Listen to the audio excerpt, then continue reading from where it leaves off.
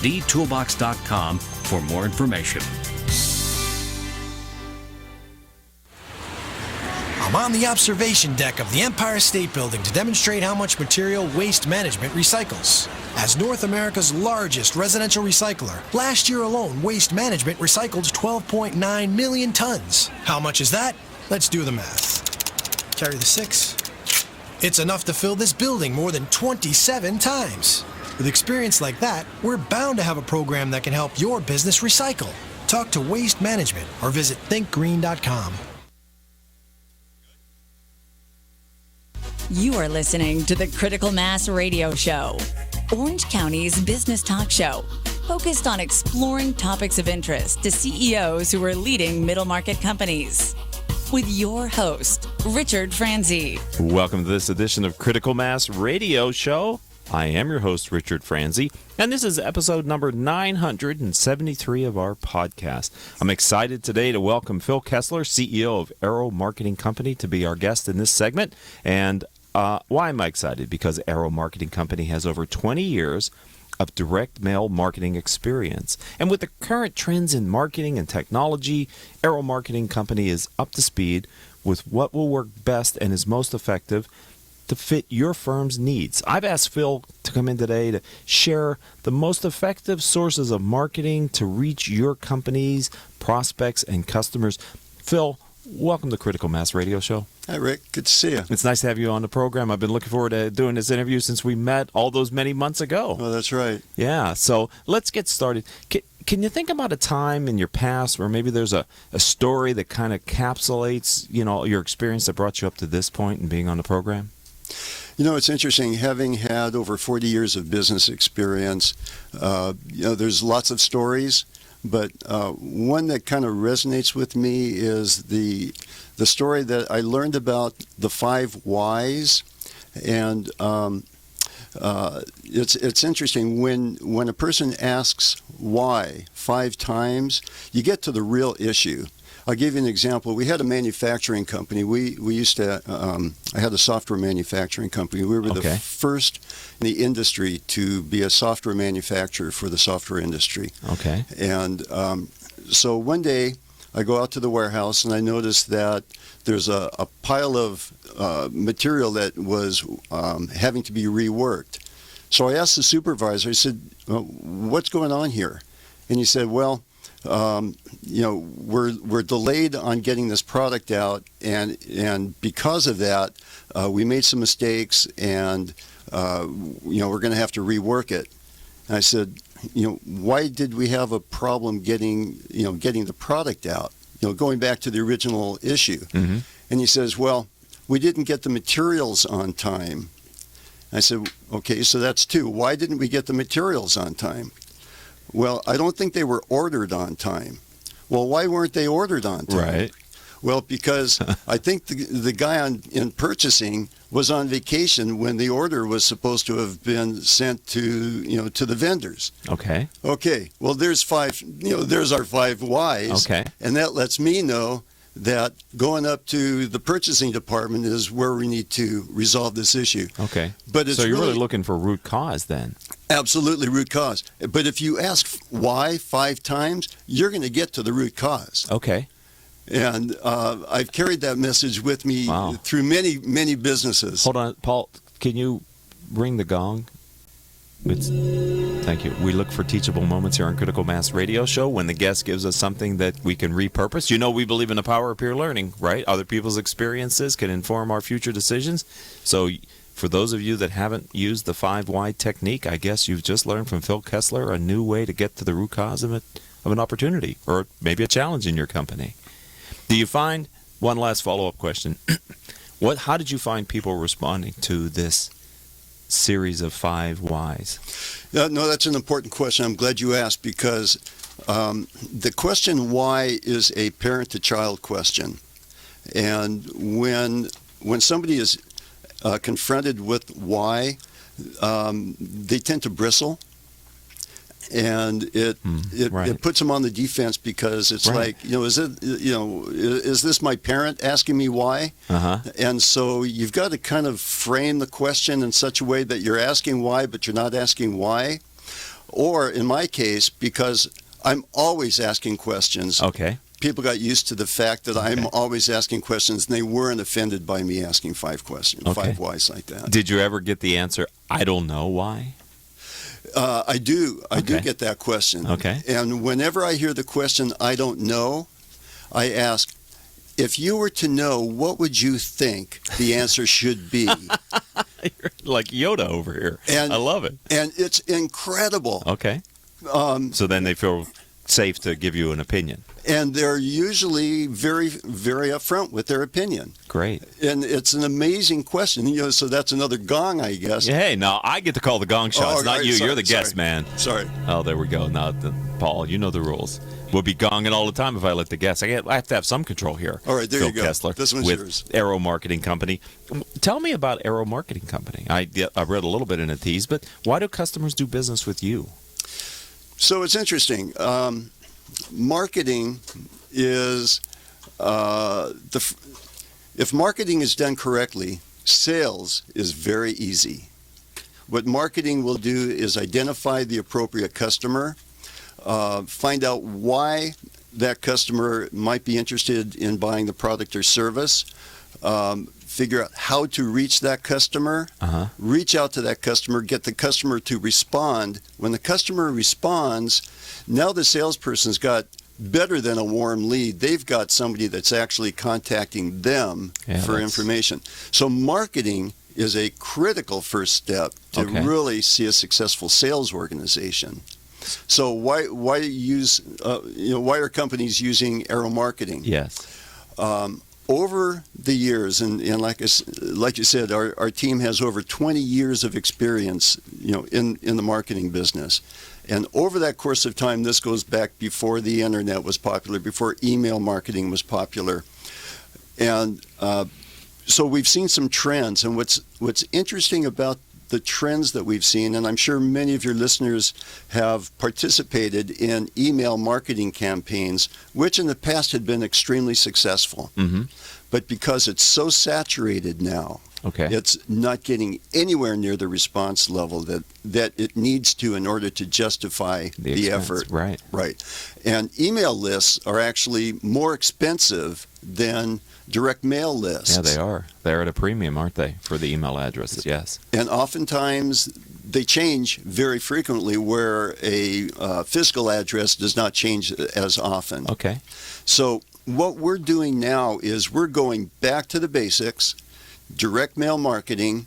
We get the best targeted mailing lists in the industry. Okay. And we help our clients then create the mailing piece that's going to speak and resonate with the customer that they're aiming for. So part of the process is we need to ask the customer, who's your best customer? Who would you really like to be your customer? Okay. And what characteristics might they have?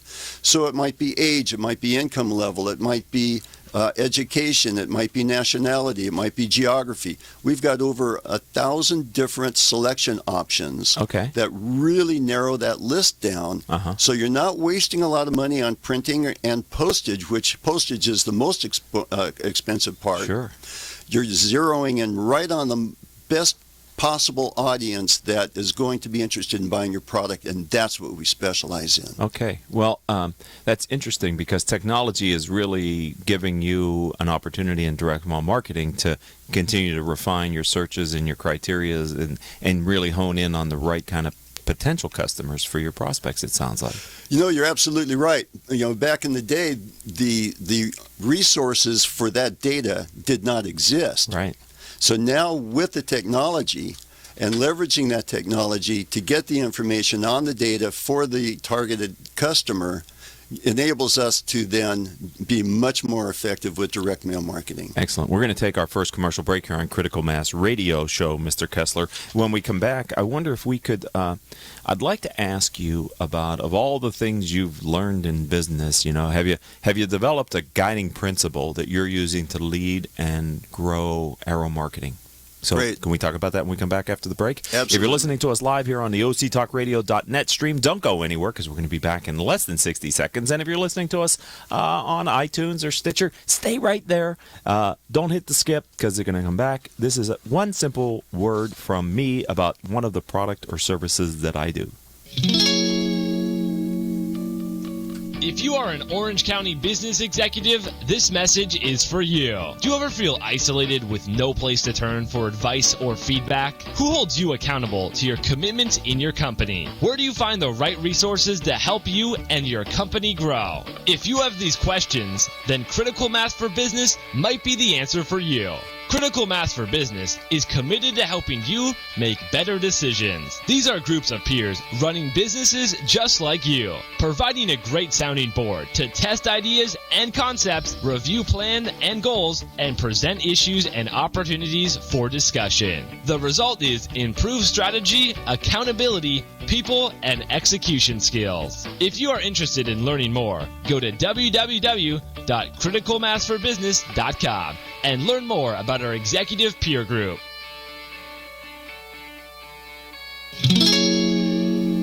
And welcome back to this edition of Critical Mass Radio Show. I am your host, Richard Franzi. All of our shows can be heard anytime on iTunes, Stitcher, Spreaker.com, several hundred former guest websites whose CEOs have appeared on the show. Since we started in 2009, our shows reached several 100,000 listeners through our live stream and our podcast. Simply type in these 4 words, Critical Mass Radio Show, in your favorite podcasting software to find our weekly shows. All right, Phil, before the break, I said I was going to ask you, what's your guiding principle? What's your overarching philosophy for how you're leading and growing your firm?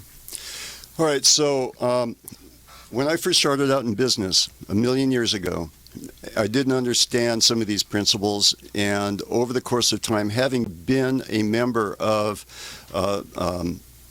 CEO advisory groups, I learned a lot from my peers. Okay. And I was 28 years old when I first started my business. Wow. And learning a lot along the way. Sure. So the concept of mission, vision, core value, it never made sense to me.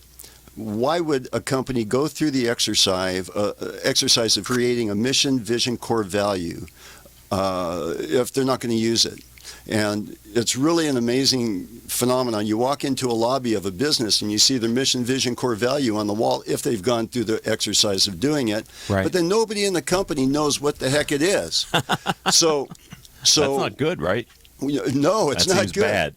What's cool about mission, vision, core value is everybody, if you do it right, and if you drive that message throughout your organization, it becomes a management tool.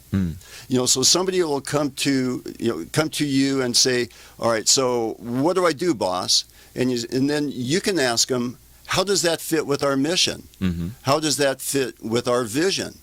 Does that meet our core values?" And now the person who's asking the question has those resources to determine their answer, right? And eventually they don't need to ask the boss anymore, right? Because they can make decisions. It creates autonomy within the organization, the authority to make decisions at the lowest level. And you know that if they're following those guidelines that you establish, they're gonna be making good decisions. Right. It sort of sounds like it also, from your experience, builds and reinforces the culture. Exactly. And the culture starts at the top. Right. But it only works if everybody is on the same page, as it were. That's right. And one of the things I used to do with my company, we had 400 employees out of 3 manufacturing facilities in 3 separate states. Wow. So I spent a lot of time walking my companies, walking the floor and working with the folks. And I would ask them, what can you tell me what our mission is? And the mission's got to be short enough so somebody can tell you. Right. And I'll flip them a $5 bill. And I tell you what, that word got out real fast. If Phil comes around and asks you mission, vision, core value, there may be money associated with it. That's great. All right. Well, if Paul wasn't also doing something else, I would have said ring the gong. But, look at him. He's so talented over there running the board today, Mr. Paul Rogers. At the beginning in the open, Phil, I was saying that with technology, Aero Marketing is able to kind of fit the right thing, technology, tools, trends to what the company needs. So I'm wondering if we could spend a couple minutes and maybe talk about what forms of marketing do you see that are fitting today's current trends? Okay, so what's important with marketing is you've got to reach your target audience the way that they want to be reached, or that they will accept being reached. Mm-hmm. So you can reach them with an email, but are they wanting that? Are they going to be receptive to that email? I personally get over 350 emails a day. Okay. And there's no way I'm going to read them. Right. So I'm sure I'm not unique. And I'm sure other CEOs are seeing the same kind of thing. I would think. But their customers are also. So we're seeing a trend away from email marketing, and we're seeing more marketing with social media, Facebook, LinkedIn. All of these marketing programs now have to be able to be mobile compatible. Okay. So people are actually getting marketing information on their cell phones. Uh-huh. Google's doing this, and those are quite effective mechanisms if you target your audience correctly. So the questions that you ask yourself about who's my best customer is the most important question you can ask, and that's where a marketing department or a marketing firm will help out, because we then help identify the most effective, the most logical customer for your business. Okay, so you do direct mail. Yes. And that's a very successful way for some of your clients to reach their prospects. Yes. But you also offer other marketing services beyond direct mail? Yes. And that's email and social media and the other tools that you've been talking about. We're doing less with emails, but incorporating some technology with direct mail, for example, with landing pages. So you get a piece of mail and you have some interest in it, and there's a short a URL where you can go to a landing page, you get more information. Okay. You may get a coupon or a bonus, and then you may have access to a website, but you're going to get a response because the landing page is going to trigger an activity from a salesperson at that point. Okay. So those are all components that go into a fully integrated marketing campaign. Fully integrated marketing campaign using technology and the traditional. Is this a B2C model, or is it your experience, Phil Kessler, working with B2B companies that this fully integrated model can work for them as well? Absolutely works with B2B Really? as well as B2C. Yes. Okay. That kind of surprises me a little bit, because what door do you hang the direct mail piece on, or how does that direct mail piece get to that decision maker then? Well, you're mailing to the company. Oh, and what we can do is personalize the mail. Okay. So we'll know, for example, who the CEO is of XYZ company, Okay. and we can address the piece directly to that individual. If it's a postcard, it's going to have his name in or her name in the address block. But if it's a letter, we can have their name personalized in the address block on the outside of the envelope, as well as within the text of the letter itself. So are you finding that people are more likely to open a piece of mail addressed to them than an email sent to them? Absolutely. They're going to touch a piece of mail, but they may not touch an email. Okay, so it is what's old is new again then, huh? Yes. Is what I hear you saying. And it's coming back around. And the advantage that direct mail has, like you mentioned, is with the technology and the just enormous amounts of data that's available. I'll give you a quick example. We're doing a campaign for a surgery center that specializes in bariatric surgery. Mm-hmm. So we were able to find a list of obese people within a 20-mile radius of their facility, did a mailing to them, and they got a bunch of business out of it. Okay. So that's a successful example. Thank you, Phil Kessler. We have a few minutes left here on Critical Mass Radio Show. I'm wondering if you could, you mentioned earlier that you had experience in peer learning environments and you got great value from others' experiences. I'm wondering if there's any one specific time when you were in a peer group in your career where either you directly got advice from a peer that was really helpful, or you observed that process. Maybe you even gave the advice to another peer in one of these confidential meetings. Anything come to mind that you could share with our audience? One's an embarrassment, and I'd be happy to talk about that. I love those. Yeah, please do. Like I said, I started my business career fairly early on, and I had joined a CEO advisory group, and I was having a serious cash flow problem. And the company was growing very, very fast, and the profits were there, but the cash flow wasn't. Right. And so I'm talking to my group, and I'm explaining what my problem is, and they're looking at me like, okay, yeah, you're young, you're going to figure this out. What they ended up saying was cash is king. Yes. And you manage your business by cash flow, and that was an epiphany to me. It just had never dawned on me before. And so what we started doing in that case was getting our invoicing out faster. Yes. Instead of invoicing at the end of the month, we would invoice as soon as we would ship. Yeah. That shortened the receipt of the receivables. It made a big difference. I can imagine. Another example was one of my members had a company that was making custom cabinetry for pop-up televisions, and very successful business. And then he decided he was going to branch out and make modular conference rooms that could roll around and provide a conference area for a group that wanted to collaborate on projects. And he put a lot of time and resources into the development of that. And he started noticing that his pop-up cabinet business wasn't doing as well. And so he brought the problem to the group, and the group said, you need to go back to your basics and focus on your core business and leave the other one alone. Makes perfect sense. He did it, and it saved his bacon. Wow. Those are two really good. Thank you, Phil Kessler, for giving us real-world examples of the power of peer learning through the CEO peer group process. If someone would like to learn more about you and your firm, how do they find the company online? Okay, so the company website is Aero, like bow and arrow, ARROW, marketingco.com. Okay. And my email is phil@marketingco.com, and I'm happy to answer any marketing questions that any of your listeners may have. It's this is a really fun business, and I get to see a lot of companies and help them, and it's really exciting. Well, thank you for giving a bit of your time today and a bit of your knowledge to my audience. Thank you for being a friend of the Critical Mass Radio Show and a part of the Critical Mass for Business community here in Southern California. My pleasure. Thanks for having me. Thank you very much. All right, ladies and gentlemen, we're going to have to end this segment. I'd like to thank today's engineer, who is Paul Roberts. Joan Park, Crystal Nunley, and Haley Stern are our producers. I'm your host, Richard Franzi. If you'd like to learn more about the radio show or the CEO peer groups that I lead, please visit my company's website, criticalmass4business.com. And until our next show, I hope all of your decisions will move your company in a positive direction.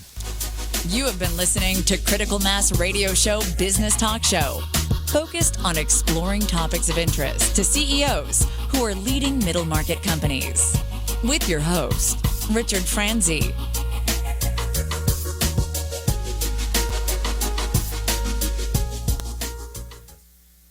Let's face it, not all company challenges are the same, which is why strategic market intelligence can help identify the actionable information you need to be more competitive. Gain a better understanding of your brand.